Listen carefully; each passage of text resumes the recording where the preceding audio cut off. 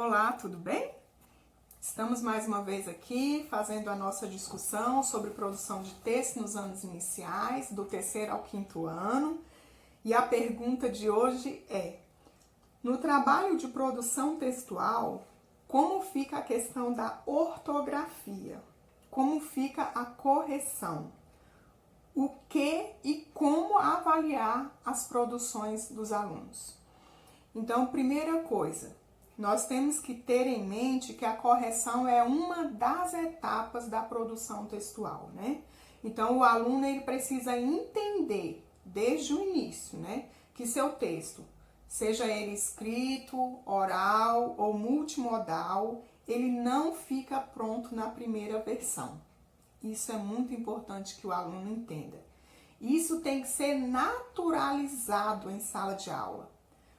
Um escritor profissional, por exemplo, um jornalista, um escritor de romances, de livros infantis, um produtor de vídeos, seja lá o que for, ele sempre vai ter várias versões da sua produção. E depois que ele faz a sua produção, que diz que é a final, ainda tem a revisão, não é?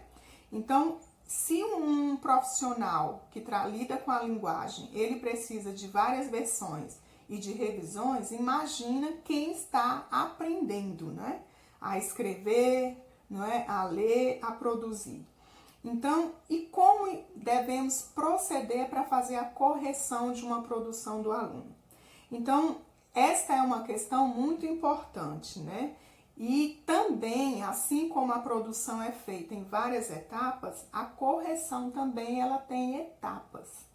E no meu trabalho de correção, eu sempre divido esse trabalho em duas etapas, né? Então, tem um quadro que eu utilizo para auxiliar na correção do professor, e esse quadro ele tem duas partes.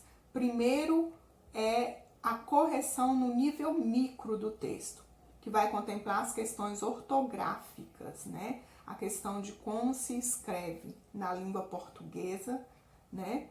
E no nível macro, que é uma segunda etapa da correção, é onde vai se analisar a coesão e a coerência do texto do aluno ou de qualquer pessoa, né, que vai passar por essa correção.